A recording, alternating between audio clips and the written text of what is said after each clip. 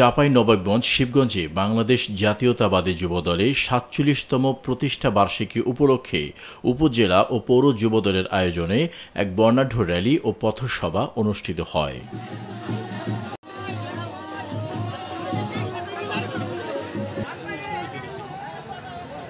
বুধবার বিকেল ৪টায় উপজেলা ফায়ার সার্ভিস চত্বর থেকে এক বর্ণাঢ্য আনন্দ র্যালি বের হয়ে প্রধান সড়ক প্রদক্ষিণ শেষে শিবগঞ্জ মহিলা কলেজ চত্বরে গিয়ে শেষ হয়।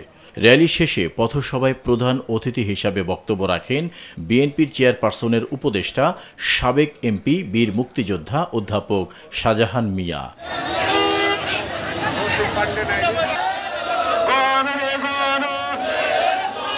এ সময় উপস্থিত ছিলেন উপজেলা বিএনপির আহ্বায়ক আশরাফুল ইসলাম, সদস্য সচিব তৌসিকুল ইসলাম, পৌর বিএনপির আহ্বায়ক শফিকুল ইসলাম, সদস্য সচিব আলমগীর জুয়েল, উপজেলা যুবদলের সিনিয়র যুগ্ম আহ্বায়ক আলী আহমেদ বাবুর।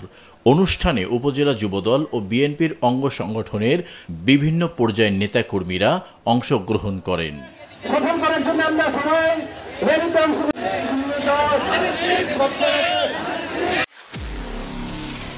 নিরপেক্ষ, সত্য প্রকাশে আপোষহীন।